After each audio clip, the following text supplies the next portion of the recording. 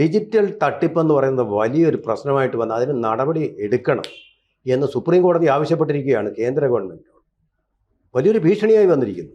ആളുകൾ ഇപ്പോൾ ഇത്രയൊക്കെ മുന്നറിയിപ്പുകൾ ഉണ്ടായിട്ടും ഡിജിറ്റൽ തട്ടിപ്പിന് വിധേയരമായി ലക്ഷക്കണക്കിനും ചിലപ്പോൾ അവരുടെ ജീവിതത്തിൽ സമ്പാദിച്ച വരുമാനം മുഴുവനും അതിന് വിധേയമാക്കിക്കൊണ്ടിരിക്കുന്നു. അപ്പോൾ ഡിജിറ്റലായിട്ടുള്ള മിസ്ഇൻഫർമേഷൻ ആയാലും ഡിസ്ഇൻഫർമേഷൻ ആയാലും എല്ലാം തന്നെ കുറ്റകൃത്യങ്ങളാണ്, നടപടിയെടുക്കണമെന്ന് പറഞ്ഞിട്ടുള്ള ഒരു കാര്യമാണ്.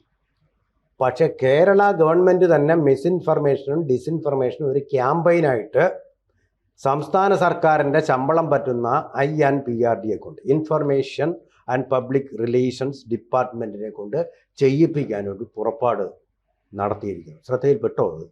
ശരിക്കും പറഞ്ഞാൽ ഈ INPRD ഓരോ ജില്ലയിലും ഓരോ യൂണിറ്റ് പോലെ പ്രവർത്തിക്കുന്നത്. അതിന് പ്രിസം പ്രോജക്റ്റ് എന്നാണ് പറയുന്നത്. പ്രിസം പ്രോജക്റ്റിൽ കുറേ അധികം ജേർണലിസ്റ്റ് ഒക്കെ പാസ്സായിട്ടുള്ള കുട്ടികളെയൊക്കെ വിളിച്ചിരുത്തിയിട്ട് കരാർ അടിസ്ഥാനത്തിലാണ് നിയമനം നൽകുന്നത്. ഇപ്പൊ ഇവരാണ് സാധാരണഗതിയിൽ ഈ PRDക്ക് വേണ്ടി വാർത്തകൾ തയ്യാറാക്കുന്നത്, അല്ലെങ്കിൽ അത്തരത്തിലുള്ള അങ്ങനെയല്ല, വാർത്തകൾ തയ്യാറാക്കുന്ന ജോലിയാണ് ഈ പ്രിസം ടീമിനുള്ളത്. ഈ പ്രിസം ടീം തയ്യാറാക്കിയാണ് വാർത്തകൾ നൽകുന്നത്. അതായത് ജില്ലാ ഇൻഫർമേഷൻ ഓഫീസിൽ നിന്ന് വാർത്തകൾ തയ്യാറാക്കി നൽകുന്നത്, ഈ സർക്കാരിന്റെ പരിപാടികൾ പോയി റിപ്പോർട്ട് ചെയ്യുന്നത്, ഇതൊക്കെ ചെയ്യുന്നത് ഈ പ്രിസമാണ്. ഇപ്പൊ സംഭവിക്കുന്നത് എന്താണെന്ന് വെച്ചാൽ ശബരിമല വിഷയവുമായി ബന്ധപ്പെട്ട് ഒരുപാട് ആരോപണങ്ങൾ, ഒരുപാട് വിമർശനങ്ങൾ സർക്കാരിനെതിരെ വരുന്നുണ്ട്. ഈ വിമർശനങ്ങൾക്കൊക്കെ ആരും മറുപടി പറയും? ഈ മറുപടി പറയാൻ വേണ്ടിയിട്ടുള്ള ഒരു ഗ്രൂപ്പിനെ ഇപ്പോൾ ഓരോ ജില്ലയിലും ക്രിയേറ്റ് ചെയ്തുകൊണ്ടിരിക്കുക. അത് ഇൻഫർമേഷൻ ആൻഡ് പബ്ലിക് റിലേഷൻ ഡിപ്പാർട്ട്മെന്റിന്റെ ചെലവിലാണ്. ഇന്ന് വരെ ഒരു സർക്കാരും ചെയ്യാത്ത കാര്യങ്ങൾ ചെയ്യുന്നു. അതായത് സാധാരണഗതിയിൽ ഇപ്പം നമുക്കറിയാം, ചാനൽ ചർച്ചകളിലൊക്കെ ഇരിക്കുമ്പോൾ ഓരോ രാഷ്ട്രീയ നേതാക്കളും അവരവരുടെ കാര്യങ്ങൾ വിശദീകരിക്കാൻ വേണ്ടി ഓരോ ക്യാപ്സ്യൂൾ ഇറക്കാമെന്ന് പറയും. അതായത് ആ ആരോപണത്തെ, വിമർശനത്തെ, അതിനെയൊക്കെ നേരിടാൻ, അല്ലെങ്കിൽ അതിൻ്റെ മുനയൊടിക്കാൻ വേണ്ടി ചെയ്യുന്ന പരിപാടിയാണ്. ഇവിടെ എന്താ ചെയ്യുന്നതെന്ന് പറഞ്ഞാൽ, സർക്കാരിൻ്റെ ഈ ശബരിമല തട്ടിപ്പുമായി ബന്ധപ്പെട്ട വലിയ കണക്കുകൾ പുറത്തേക്ക് വരുന്നു. അതിന് ഇത്ര രൂപ ചെലവഴിച്ചു, ദേവസ്വം ബോർഡ് ഇത്ര രൂപ നൽകി, ഇത്ര കോടിയുടെ നഷ്ടം, ഇതൊക്കെ പറയുമ്പോൾ പ്രതിപക്ഷം വളരെയധികം സ്കോർ ചെയ്യുക, അല്ലെങ്കിൽ എന്താ അവരുടെ ഗോൾ കൂടിക്കൊണ്ടിരിക്കുകയാണ്. ഇതിനെ പ്രതിരോധിക്കണമെങ്കിൽ ക്യാപ്സ്യൂളുകൾ തയ്യാറാക്കണം. ഈ ക്യാപ്സ്യൂളുകൾ തയ്യാറാക്കാനുള്ള ഉത്തരവാദിത്വമാണ് ഈ പ്രിസം ടീമിന്, അതായത് ജില്ലാ ഇൻഫർമേഷൻ ഓഫീസിൽ ജോലി ചെയ്യുന്ന ആളുകളിലേക്ക് ഏൽപ്പിച്ചു കൊടുക്കുന്നത്. എന്നിട്ട് അവർ ഇത് സോഷ്യൽ മീഡിയയിൽ പബ്ലിഷ് ചെയ്യണം. സോഷ്യൽ മീഡിയയിൽ പബ്ലിഷ് ചെയ്യുമ്പോൾ സ്വന്തം പേരിലോ ജില്ലാ ഇൻഫർമേഷൻ്റെ ഈ പറയുന്ന ഫേസ്ബുക്ക് പേജിലോ അല്ലെങ്കിൽ ഇൻസ്റ്റാഗ്രാം പേജിലോ ഒന്നും ചെയ്യാൻ പാടില്ല. ഇവർ വ്യാജ അക്കൗണ്ട് ഉണ്ടാക്കണം. വ്യാജ അക്കൗണ്ട് ഉണ്ടാക്കിയിട്ട് അതിന് മറുപടി നൽകണം. ഈ മറുപടി ഈ പറയുന്ന ഇടത് ഹാൻഡിലുകൾ തുടർച്ചയായിട്ട് പ്രചരിപ്പിച്ചുകൊണ്ടിരിക്കും. അതൊരു പുതിയ തന്ത്രമാണ്. പക്ഷെ അതിൽ നിന്ന് ഒരു കാര്യം മനസ്സിലായത്, സർക്കാർ ചെലവിൽ സർക്കാർ തന്നെ അവരോട് പറയുകയാണ്, നിങ്ങൾ വ്യാജ ഐഡികൾ നിർമ്മിക്കൂ, നിങ്ങൾ വ്യാജ അക്കൗണ്ടുകൾ ഉണ്ടാക്കൂ, എന്നിട്ട് ഈ ക്യാപ്സ്യൂളുകൾ നിങ്ങൾ പ്രചരിപ്പിക്കൂ. അപ്പോൾ ശബരിമല വിഷയവുമായി ബന്ധപ്പെട്ട് ഇന്ന പ്രശ്നങ്ങൾ ഉണ്ടാകുമ്പോൾ ഓരോ വകുപ്പുമായി ബന്ധപ്പെട്ട് ഇതിൻ്റെ കണക്കുകൾ ശേഖരിക്കണം. ഓരോ വകുപ്പിലെ ആളുകളെടുത്ത് ചോദ്യങ്ങൾ തയ്യാറാക്കണം. ഇതിന് ഒരു കൃത്യമായ തീരുമാനം, അല്ലെങ്കിൽ ഈ നടപ്പാക്കേണ്ടതെന്ന് പറഞ്ഞാൽ ഇൻഫർമേഷൻ ഓഫീസർമാരായിരിക്കും. അവരിത് തയ്യാറാക്കിയിട്ട് ഇത് താഴെ തട്ടിലേക്ക് ചെല്ലുന്നു, അതായത് താഴെ ലെവലിലുള്ള ആളുകളിലേക്ക് എത്തിക്കുന്നു. അവരത് ക്യാപ്സ്യൂളുകളാക്കി മാറ്റുന്നു, എന്നിട്ട് സമൂഹ മാധ്യമങ്ങൾ പ്രചരിപ്പിക്കുന്നു. ശരിക്കും പറഞ്ഞാൽ നാണക്കേടല്ലേ? നാണക്കേട് മാത്രമല്ല, ഗുരുതരമായ കുറ്റകൃത്യമാണ് സുനുജി. ഈ ഇൻഫർമേഷൻ ഓഫീസർമാർ എന്ന് പറയുന്നത് ഗസറ്റഡ് ഓഫീസേഴ്സാണ്. അവരാണ് നമ്മുടെ ഐഡന്റിറ്റി, എൻ്റേതാണ് ഈ സർട്ടിഫിക്കറ്റ് എന്ന് സർട്ടിഫൈ ചെയ്യുന്ന ആൾക്കാരാണ്. മനസ്സിലായേ? ഗസറ്റഡ് ഓഫീസറുടെ പവർ എന്ന് പറഞ്ഞാൽ സത്യം മാത്രം പറയുന്ന ആൾക്കാരെന്നുള്ളതാണ് കോൺസെപ്റ്റ്. അവരാണ് ഈ വ്യാജ ID നിർമ്മിക്കാൻ പറയുന്നത്. അത് 2 തരത്തിൽ കുറ്റകരമാണ്. നമ്മുടെ IT ആക്ട് അനുസരിച്ച് കുറ്റകരമാണ്. രണ്ടാമതായിട്ട് എന്തിനായിരുന്നു രാഹുൽ മാങ്കൂട്ടത്തിലിനെ വേട്ടയാടി അടൂരിൽ ആദ്യത്തെ തവണ അറസ്റ്റ് ചെയ്തത്? ഇമ്പോസ്റ്ററിങ്.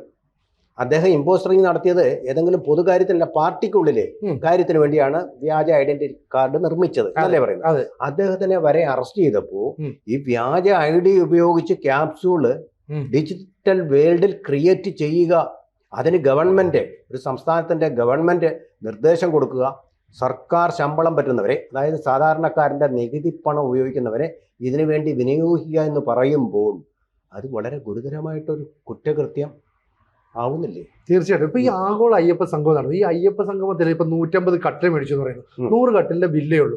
1,11,000 രൂപയ്ക്ക് ഒരു വലിയ കട്ടിൽ മേടിച്ചത് ആർക്കാണെന്ന് നമുക്ക് പോലും അറിയില്ല. 4,000 പേര് അവിടെ അയ്യപ്പ സംഗമത്തിൽ പങ്കെടുത്തുള്ളൂ. പക്ഷെ 5,000 പേരും ഭക്ഷണം കഴിച്ചതിന്റെ ബില്ലുണ്ട്. ഇതൊക്കെ എവിടുന്ന് വന്നു? അപ്പൊ ഇത് സംബന്ധിച്ചുള്ള ഓഡിറ്റ് റിപ്പോർട്ട് പുറത്തു വന്നതോടുകൂടി ഇതിന്റെ വിശദീകരണം നൽകേണ്ടത് ഒന്നുകിൽ പത്തനംതിട്ട ജില്ലാ ഇൻഫർമേഷൻ ഓഫീസിൽ നൽകണം, അല്ലെങ്കിൽ അതിന്റെ സംസ്ഥാന തല ഓഫീസിൽ നൽകണം. ഇവിടെ നിന്നൊന്നും ഈ വിവരങ്ങൾ പുറത്തേക്ക് വരുന്നില്ല. പക്ഷേ ക്യാപ്സ്യൂളുകൾ കൃത്യമായിട്ട് വരുന്നുണ്ട്. 100 കട്ടിലിന്റെ കാര്യത്തെക്കുറിച്ചൊന്നും അവരൊന്നും മിണ്ടുന്നില്ല. 1,11,000 രൂപയുടെ കട്ടിൽ മേടിച്ചത് സംബന്ധിച്ച് ഈ കട്ടില് ദേവസ്വം ഗസ്റ്റ് ഹൗസിന് മേടിച്ചതാണ്. ദേവസ്വം അക്കൗണ്ടിൽ നിന്ന് മേടിച്ചാൽ അതെല്ലാം ദേവസ്വം സ്വത്താണ്. മുഖ്യമന്ത്രി പിണറായി വിജയൻ അല്ല. മുഖ്യമന്ത്രി പിണറായി വിജയനാണെന്ന് ആര് പറഞ്ഞു? പ്രതിപക്ഷത്തിൽ ചില ആളുകൾ സോഷ്യൽ മീഡിയയിലൂടെ പ്രചരിപ്പിച്ചു. എങ്കിലും അത് മിണ്ടായിരുന്നാ പോരെ. അപ്പൊ സോഷ്യൽ മീഡിയയിലൂടെ തന്നെ അതിന് കൃത്യമായിട്ട് മറുപടി നൽകണം എന്നെന്തിനാണ് ഈ PRD തീരുമാനിക്കുന്നത്? അപ്പൊ അവര് വ്യാജ അക്കൗണ്ടുകൾ ഉണ്ടാക്കി ഈ ക്യാപ്സൂളുകൾ വെറുതെ പോസ്റ്റ് ചെയ്താൽ മതി. അങ്ങനെ പോസ്റ്റ് ചെയ്താൽ ഇടത് ഹാൻഡിലുകൾ അത് എടുത്തിട്ട് അതിന് കുറച്ചുകൂടി വ്യാഖ്യാനം നൽകിയിട്ട് അത് പ്രചരിപ്പിക്കാം. ഇനി ചാനൽ ചർച്ചകളിലോ അല്ലെങ്കിൽ ഇതുപോലെയുള്ള ഡിബേറ്റുകളൊക്കെ നടക്കുമ്പോഴോ അവിടെ പോയിരുന്ന് സംസാരിക്കാൻ വിഷയമാണല്ലോ. ഈ വിഷയം ഇതിലൂടെ എടുത്തു കൊടുക്കും. ഇത് അങ്ങനെ ആയിരുന്നില്ല, ശബരിമല അക്കൗണ്ടിലേക്ക് അല്ലെങ്കിൽ ദേവസ്വം ബോർഡ് അക്കൗണ്ടിൽ നിന്ന് 3 കോടി കൊടുത്തു, സ്പോൺസർമാർ ഈ 3 കോടി തിരിച്ചു കൊടുത്തു. ഇതൊക്കെ ആര് പറയണം? ഇത് ഉത്തരവാദിത്തപ്പെട്ട INPRD നൽകേണ്ടതാണ്, വിവരങ്ങൾ നൽകേണ്ട. ഇന്ന് വരെ ഇത്തരത്തിൽ ഒരു വിവരവും ഔദ്യോഗികമായിട്ട് അവരുടെ സോഷ്യൽ മീഡിയ പേജുകളിൽ, ഫേസ്ബുക്കിൽ, ഇൻസ്റ്റാഗ്രാമിൽ ഒന്നും പോസ്റ്റ് ചെയ്തിട്ടില്ല. പോസ്റ്റ് ചെയ്യാത്ത വിവരം എങ്ങനെയാണ് ആളുകൾ ചർച്ച ചെയ്യുന്നത്? അപ്പൊ അതിൽ നിന്ന് കാര്യങ്ങൾ വളരെ കൃത്യമാണ്. ഫാക്ട് ചെക്ക് എന്ന പേരിൽ ഓരോ ജില്ലാ ഓഫീസിലും ഇത്തരത്തിലുള്ള ഒരു വിങ് രൂപീകരിക്കുന്നു. അവരുടെ ശ്രമം എന്ന് പറയുന്നത് ഇപ്പം ഈ പറയുന്ന ദേവസ്വം ബോർഡ് പൈസ തട്ടിയെടുത്തോ, അല്ലെ സർക്കാർ പണം ദുരുപയോഗം ചെയ്തോ, സ്പോൺസേഴ്സ് പണം നൽകിയോ, ഇതൊക്കെ തെറ്റായ വിവരങ്ങൾ നൽകിയോ അത് ഫാക്ട് ചെക്ക് നടത്തിയിട്ട് അത് അങ്ങനെയല്ല എന്ന് പറയാനാ. ശരി, ചാനലുകൾ, പത്രങ്ങളൊക്കെ ഈ ഫാക്ട് ചെക്ക് വിങ്ങുകളുണ്ട്. ഇവിടെ സംഭവിക്കുന്നത് PRD തന്നെ ഫാക്ട് ചെക്ക് എന്ന പേരിൽ ഒരു ഗ്രൂപ്പിനെ നിർത്തിയിട്ട് അവരെ ഉപയോഗിച്ച് പുതിയ ക്യാപ്സൂളുകൾ തയ്യാറാക്കുന്നു. ഇങ്ങനെയല്ല കാര്യം. സ്പോൺസർ 3 കോടി തന്നു എന്ന് പറഞ്ഞാൽ 2,99,00,000 തന്നിട്ടുള്ളൂ എന്നൊക്കെ പറഞ്ഞിട്ട് വെറുതെ ഓരോ നരേറ്റീവ് ഉണ്ടാക്കുന്നു. ഈ നരേറ്റീവ് ബാക്കിയുള്ളവരിലേക്ക് പ്രചരിപ്പിക്കുന്നു. ശരിക്കും പറഞ്ഞാൽ ഒരു സർക്കാരിന്റെ കാലത്തും ഒരു PRDയും ചെയ്യാത്ത കാര്യം. ഇതുവരെ നമുക്ക് കേട്ടുകേൾവി ഇല്ലാത്ത കാര്യങ്ങളിലേക്ക് പോവാം. ഇതിന്റെ ആത്യന്തികമായ ലക്ഷ്യം ഒറ്റ കാര്യമുള്ളൂ. 2 മാസത്തിനപ്പുറത്തേക്ക് വരുന്ന നിയമസഭാ തെരഞ്ഞെടുപ്പ്. ഈ തെരഞ്ഞെടുപ്പിൽ ഈ വാദങ്ങളെല്ലാം തിരിച്ചടിയാകുമെന്ന് ഇവർക്ക് നല്ല ഉറപ്പുണ്ട്. സോഷ്യൽ മീഡിയയിൽ ഇത് കിടന്നാൽ ഇതിങ്ങനെ കറങ്ങിക്കൊണ്ടേയിരിക്കും, ഇത് മാറില്ല. അതുകൊണ്ടാണ് ഒരു ക്യാപ്സൂൾ നൽകി അതിനുള്ള മറുപടി വരുത്തി തീർക്കാൻ ശ്രമിക്കുന്നത്. നമ്മൾ ഗേബൽസ് തന്ത്രങ്ങൾ കേട്ടിട്ടേ ഉള്ളൂ. ഇപ്പൊ നേരിട്ട് കാണുകയാണ്. ഗവൺമെന്റിന്റെ തന്നെ വിങ് ഫാക്ട് ചെക്ക് എന്നുള്ള പേര്, അതാണ് ഏറ്റവും അപകടകരമായിട്ടുള്ളത്.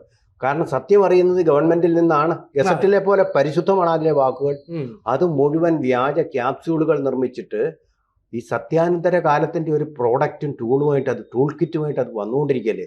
ഇത് തീർച്ചയായിട്ടും കോടതി നേരിട്ട് സ്വമേധയെ ഇടപെടേണ്ട ഒരു കേസല്ലേ. അതെ, ഇതാരും അറിയുന്നില്ല. ഇത് വലിയ വലിയ അപകടം പിടിച്ച വാർത്ത അറിഞ്ഞ പത്രം പോലും അതിനത്ര പ്രാധാന്യം കൊടുത്തില്ല. ഗവൺമെന്റ് ചെലവിൽ കള്ളം പറയുക. നമുക്കറിയാം വ്യാജമാണ് വാർത്തകൾ, PRD. ഇതിന്റെ സൂത്രം എന്തെന്നറിയാം? ഇപ്പൊ INPRDയുടെ പരസ്യം ഇപ്പൊ ധാരാളമായിട്ട് ഫുൾ പേജ് വന്നുകൊണ്ടിരിക്കുക. അവിടെ ഒക്കെ നമുക്കൊരു അക്കൗണ്ടബിലിറ്റി ഉണ്ട്, ഇതിന്റെ എത്ര പണമായി എന്ന് ചോദിക്കാൻ. പക്ഷേ ഈ വ്യാജ അക്കൗണ്ടുകൾ നിർമ്മിച്ചതാവുമ്പോൾ നമുക്ക് അവിടെ നിന്ന് നേരിട്ടൊരു ഉത്തരം കിട്ടുകയില്ല. ഇതിനാണ് ഇപ്പൊ ഐഡന്റിറ്റി. പോലീസ് പോയി കഴിഞ്ഞാലും ഗവൺമെന്റ് അല്ല ഇത് പറഞ്ഞിരിക്കുന്നത്, കോടതി പോയി കഴിഞ്ഞാലും ഗവൺമെന്റ് അല്ല ഇത് പറഞ്ഞിരിക്കുന്നത്, ഏതോ സ്വകാര്യ വ്യക്തിയാണ് എന്ന് പറഞ്ഞ് ഒഴിയാൻ വേണ്ടിയിട്ടുള്ള ഒരു കുൽസിതവും വളരെ അപകടകരവുമായിട്ടുള്ള ഒരു ശ്രമമാണ് ഇതെന്നുള്ള കാര്യത്തിൽ യോജിപ്പുണ്ടോ? എങ്ങനെയാണ് ഈ ഫാക്ട് ചെക്ക് ചെയ്യാൻ വേണ്ടിയിട്ട് ഈ ഗ്രൂപ്പിനെ നിയമിക്കും? ഈ പ്രിസം പദ്ധതിയെ കുറിച്ച് ഞാൻ ആലോചിച്ചു. ഈ പ്രിസം പദ്ധതിയിൽ ജോയിൻ ചെയ്യാൻ വരുന്ന, അല്ലെ ജോലി ചെയ്യാൻ വരുന്ന ആൾക്കാർ കരാർ അടിസ്ഥാനത്തിൽ ജോലി ചെയ്യുന്ന ആൾക്കാരാണ്. ഇവർക്ക് സർക്കാരുമായിട്ട് യാതൊരു ബന്ധവുമില്ല. നാളെ സർക്കാർ ഇവരെ പറഞ്ഞു വിട്ടു, ഇനി ആയിക്കോട്ടെ, ഇതിൽ വരുന്ന X or Y അയാൾ പറയുകയാണ്, എൻ്റെ അടുത്ത് സർക്കാർ ഇങ്ങനെ പറഞ്ഞു, അല്ലെ എൻ്റെ ഇൻഫർമേഷൻ ഓഫീസർ പറഞ്ഞിട്ട് ഞാൻ ഇങ്ങനെ ഒരു നരേറ്റീവ് സൃഷ്ടിച്ചു, ഒരു ക്യാപ്സൂൾ സൃഷ്ടിച്ചു, ഇതിങ്ങനെയാണ് പണം ചെലവഴിച്ചത്, ഈ രീതിയിലാണ് പണം വന്നത്, ഇതൊക്കെ ഞാൻ ചെയ്തു, എന്നിട്ട് ഞാൻ ഇത് പോസ്റ്റ് ചെയ്തു. ഇത് സർക്കാർ പറഞ്ഞിട്ടാ. ഏത് പേരിൽ ഒരു വ്യാജ ID സൃഷ്ടിച്ചാണ് ഞാൻ പോസ്റ്റ് ചെയ്തത്? നാളെ സർക്കാർ പറയണം, ആര് പറഞ്ഞു, എന്ത് തെളിവ്? അതായത് ഇവരെ കരാർ അടിസ്ഥാനത്തിലാണ് നിയമിച്ചതെങ്കിൽ ഒരു സുപ്രഭാതത്തിൽ ഇവരെ പറഞ്ഞു വിടാനും പറ്റും, ആർക്കും ചോദ്യം ചെയ്യാൻ പറ്റില്ല. ഇതാണ് അതിന്റെ ഏറ്റവും വലിയ ഗുണകരമായ ഒരു കാര്യം എന്ന് പറയാം. അല്ലാതെ ഇപ്പൊ സർക്കാർ ഉദ്യോഗസ്ഥരോ ഒഫീഷ്യലായിട്ട് സർക്കാരിനെ പ്രതിനിധീകരിക്കുന്ന ആളുകളോ ഇത് ചെയ്യില്ല. മുകളിൽ ഇരിക്കുന്ന ആളുകൾ പറയുന്നു, നിങ്ങൾ ഒരു വ്യാജ ID സൃഷ്ടിച്ചിട്ട് ഇത് പ്രചരിപ്പിക്കണം. പ്രചരിപ്പിക്കാനുള്ള ക്യാപ്സൂൾ ഉണ്ടാക്കുന്നത് മുകൾ തട്ടിൽ നിന്നാണ്. അതായത് സർക്കാർ തലത്തിൽ നിന്ന്, സർക്കാരിലെ മന്ത്രിമാരുടെ ഭാഗത്ത് നിന്ന് പിന്തുണയ്ക്കുന്ന അവരുടെ ഈ പറയുന്ന പ്രസ് സെക്രട്ടറിമാരൊക്കെ ഉണ്ടാവും. അവരെഴുതി കൊടുക്കുന്ന സാധനങ്ങൾ നേരെ ഇവിടേക്ക് വരുന്നു.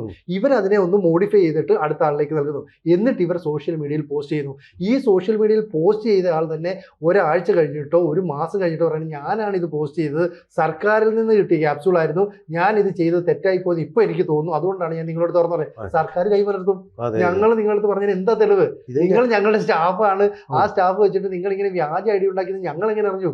കൈമലർത്തുമ്പോൾ ഇവർക്ക് എന്തെങ്കിലും ചെയ്യാൻ പറ്റുമോ? അപ്പൊ ഇവർ കുറ്റക്കാരായി എന്ന് മാത്രമല്ല സമൂഹത്തിന്റെ മുന്നിൽ വളരെ മോശപ്പെട്ടവരായിട്ട് ചിത്രീകരിക്കപ്പെടുകയും ചെയ്യും. അപ്പൊ ഫാക്ട് ചെക്ക് എന്ന നിലയിൽ ഈ പറയുന്ന INPRD കൃത്യമായ കാര്യങ്ങളുമായിട്ട് മുന്നോട്ട് പോകും.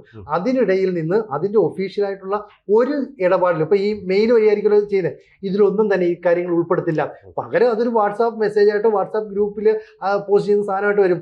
ഇവരാണ് ഇത് പിന്നെ സോഷ്യൽ മീഡിയയിൽ പോസ്റ്റ് ചെയ്യേണ്ടത്. അപ്പൊ റെസ്പോൺസിബിലിറ്റി മുഴുവൻ ഈ ആളുകൾക്ക്, എന്ന് വെച്ചാൽ കരാർ അടിസ്ഥാനത്തിൽ ജോലി ചെയ്യുന്ന സാധാരണക്കാരായ ആളുകൾക്ക്, അവരെ കരുവാക്കിക്കൊണ്ട് ഇടതുപക്ഷത്തിന്റെ പുതിയൊരു തന്ത്രം. അങ്ങനെ മാത്രമല്ലേ നമുക്ക് കാണാൻ പറ്റും. ഞാനൊരു കാര്യം, അനുഭവബോധ്യമായ ഒരു കാര്യം കൂടെ പറഞ്ഞ് അവസാനിപ്പിക്കുക. അതായത് റേഡിയോ കേരള എന്ന് പറഞ്ഞൊരു വിങ് ഉണ്ടാക്കി. കാരണം അവർക്ക് സ്വന്തമായിട്ട് റേഡിയോ തുടങ്ങണമെന്ന് പറഞ്ഞ് പ്ലാൻ കൊണ്ടുവന്നായിരുന്നു കേരള ഗവൺമെന്റ്.